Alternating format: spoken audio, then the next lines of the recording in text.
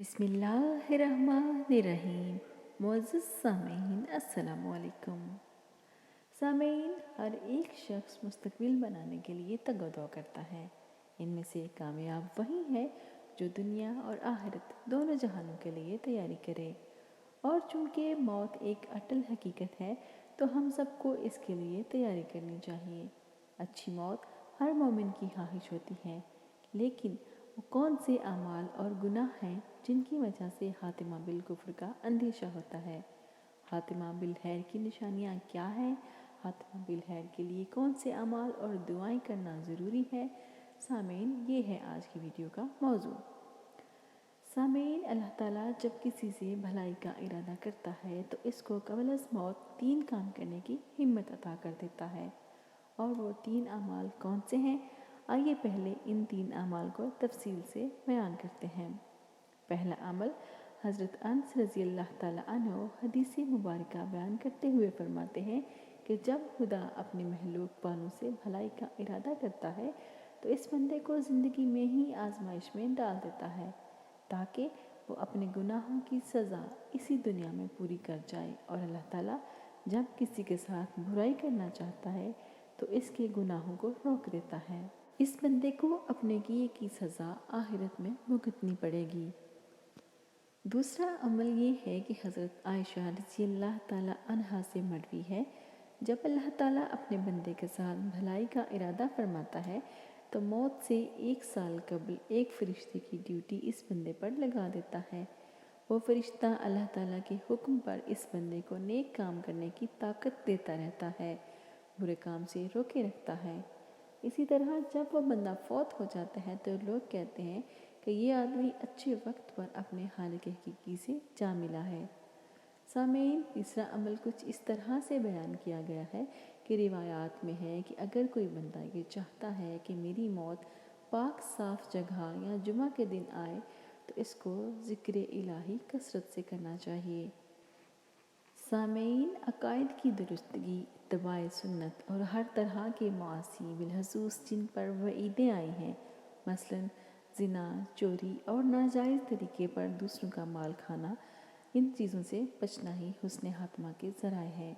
ایک حدیث میں ہے کہ اللہ کے رسول صلی اللہ علیہ وآلہ وسلم نے فرمایا، یعنی جو شخص زاد و راحلہ کا مالک ہے اور حج بیت اللہ کی استطاعت رکھتا ہے لیکن پھر بھی وہ حج نہیں کرتا تو مجھے پرواہ نہیں کہ وہ یہودی ہو کر مرے یا نصرانی ہو کر۔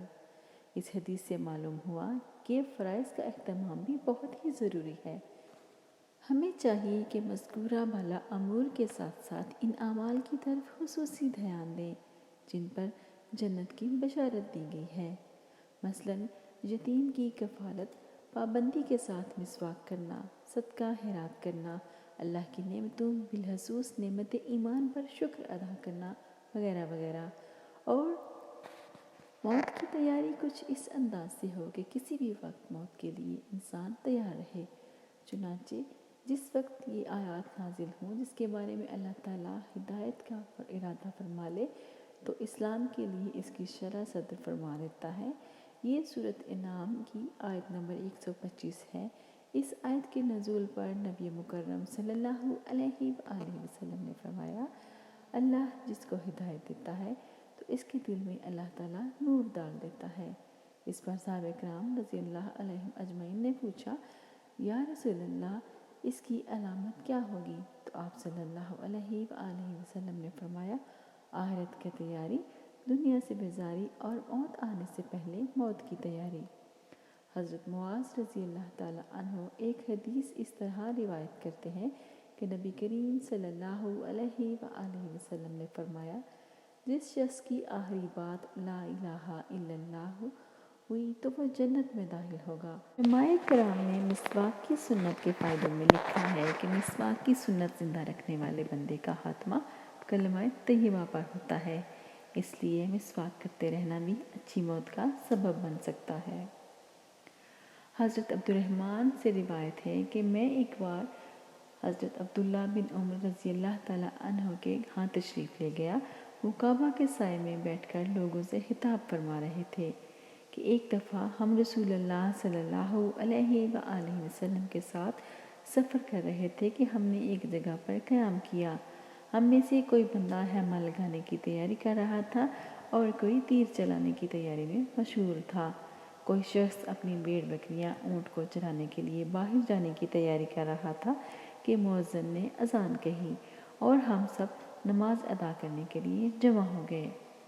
آپ صلی اللہ علیہ وآلہ وسلم نے کھڑے کھڑے خطبہ فرمایا کہ مجھ سے پہلے آنے والے نبیوں کو فرمایا گیا تھا کہ اپنی امتوں کو بھلائی کی نصیحت کرو جسے آپ بہتر سمجھتے ہو، تاکہ وہ نیک کاموں کی طرف مائل ہو جائیں۔ جس کام کو آپ غلط سمجھتے ہو ان سے ان لوگوں کو منع کرو، اور میری امت کی بھلائی اللہ تعالیٰ نے میری امت کے پہلے لوگوں میں کر دی۔ اس کے بعد آنے والے لوگوں کو بڑی مشکلات کا سامنا کرنا پڑے گا جن کو وہ ناپسند کرتے ہوں گے۔ ایک سے بڑھ کر ایک فتنہ آئے گا جو کہ پہلے سے بڑا ہوگا۔ مسلمان کہے گا یہ وقت بہت برا ہے، یہ تو میری جان ہی لے کر چھوڑے گا، پر وہ وقت جاتا رہے گا اور پھر اس سے بڑھ کر اور مشکلات پیش آئیں گی۔ مسلمان کی زبان میں یہی ہوگا کہ یہ مصیبت تو بہت بھاری ہے، اس سے بچنا ناممکن ہے۔ پھر اللہ تعالیٰ اس کو بھی مسلمان سے دور فرما دے گا۔ اگر تم میں سے کوئی چاہتا ہے کہ مجھے دین اسلام پر عمل پیرا ہوتے ہوئے موت آئے تو اس کو چاہیے کہ جو کچھ اپنے لیے پسند کرتا ہے دوسروں کے لیے بھی وہی پسند کرے، اور جو کچھ خود کھاتا ہے دوسروں کو بھی وہی کھلائے۔ حضرت عبداللہ بن مسعود سے روایت ہے کہ ہر پیدائشی بچے کی ناف میں مٹی کا وہ ذرہ ہوتا ہے جس سے وہ پیدا ہوتا ہے، پھر اللہ تعالیٰ کی قدرت سے وہ جوان ہوتا ہے، پھر اس کو بڑھاپا گھیر لیتا ہے اور اس کے بعد وہ اس دنیا سے پردہ کر جاتا ہے۔ وہ دوبارہ اسی مٹی میں دفن کیا جاتا ہے جس مٹی سے وہ پیدا کیا گیا تھا۔ حضرت انس رضی اللہ تعالیٰ عنہ سے مروی ہے کہ موت کی تنگی تلوار کے کئی واروں سے کئی گنا زیادہ سخت ہوتی ہے۔ عطا بن یسار سے مروی ہے کہ جب فرشتہ جان نکالتا ہے تو اس وقت جو تکلیف ہوتی ہے وہ دنیاوی سب زخموں سے کہیں زیادہ ہوتی ہے۔ جب موت کا فرشتہ انسان کی جان لیتا ہے تو مرنے والے کے جسم کے ہر حصے میں تکلیف ہوتی ہے جس کو مرنے والا برداشت نہیں کر پاتا۔ ابو محمد حارث بیان کرتے ہیں کہ مرنے والے کے جو پاس ہوتے ہیں ان کو چاہیے کہ وہ اس بندے کو کہیں کہ تو جنتی ہے۔ اس وقت شیطان انسان کو بھٹکانے کے لیے بہت ہی قریب ہو جاتا ہے۔ جب انسان مرتا ہے تو اس کو تھوڑی سے تھوڑی ہونے والی درد بھی تلوار کے کئی واروں سے زیادہ خطرناک محسوس ہوتی ہے۔ آپ صلی اللہ علیہ وآلہ وسلم کا فرمان ہے کہ جب خدا اپنی مخلوق کے ساتھ خیر و بھلائی کا ارادہ کرتا ہے تو اسے توشہ عطا کر دیتا ہے۔ پوچھا گیا ہے کہ اسے کیا توشہ عطا کیا جاتا ہے؟ اس پر نبی اکرم صلی اللہ علیہ وآلہ وسلم نے فرمایا کہ اللہ تعالیٰ اس کو نیک اعمال کرنے کی توفیق عطا کرتا ہے اور اسی نیک اعمال کے صدقے اس کی جان نکالتا ہے۔ بے شک اللہ پاک نے سورہ احزاب میں فرمایا ہے بکثرت اللہ تعالیٰ کا ذکر کرنے والے مرد اور عورتوں کے لیے اللہ تعالیٰ نے مغفرت اور اجر عظیم تیار کر رکھا ہے۔ اے مسلمانوں، ہم اللہ تعالیٰ کا ذکر کر کے بہترین موت کی سعادت کو حاصل کر سکتے ہیں۔ بے شک یہ بدبختی کی بات ہے کہ انسان موت کو بھول جائے اور اس کے لیے تیاری کرنا چھوڑ دے، گناہوں میں مگن ہو جائے اور عقیدہ توحید پامال کر دے، ظلم و زیادتی کرتے ہوئے معصوم جانوں کا قتل کرے، حرام مال کھائے، مخلوقات کے حقوق غصب کرے، ہوس پرستی میں ڈوب جائے اور آخری دم تک گناہوں کی دلدل میں پھنسا رہے۔ پھر موت کے وقت اسے کسی قسم کی پشیمانی کا کوئی فائدہ نہیں اور نہ ہی موت کا وقت ٹلے گا۔ نبی کریم صلی اللہ علیہ وآلہ وسلم نے فرمایا جو شخص بکثرت یہ دعا کرتا ہے تو وہ آزمائش میں پڑنے سے پہلے اس دنیا سے رخصت ہو جاتا ہے۔ وہ دعا یہ ہے اللہم احسن عاقبتنا فی الامور کلہا واجرنا من خزی الدنیا وعذاب الآخرہ۔ اللہ پاک ہم سب کو اس دعا کو یاد کرنے اور اس کا ہر وقت ورد کرنے کی توفیق عطا فرمائے تاکہ کلمہ طیبہ کا ورد کرتے ہوئے ہمارا خاتمہ بالخیر ہی ہو۔ سامعین کمنٹ باکس میں آمین لکھنا نہ بھولیے۔ یہ ویڈیو اپنے دوستوں کے ساتھ شیئر کیجیے۔ اگر آپ میرے چینل پر نئے ہیں تو اسے سبسکرائب کیجیے، بیل آئیکن کو ضرور دبائیے تاکہ آپ کو مزید معلوماتی ویڈیوز پر وقت ملتی رہے۔ ذرا آپ کو اجازت دیجیے، اپنا خیال رکھیے، پھر ملیں گے انشاءاللہ۔ اللہ حافظ۔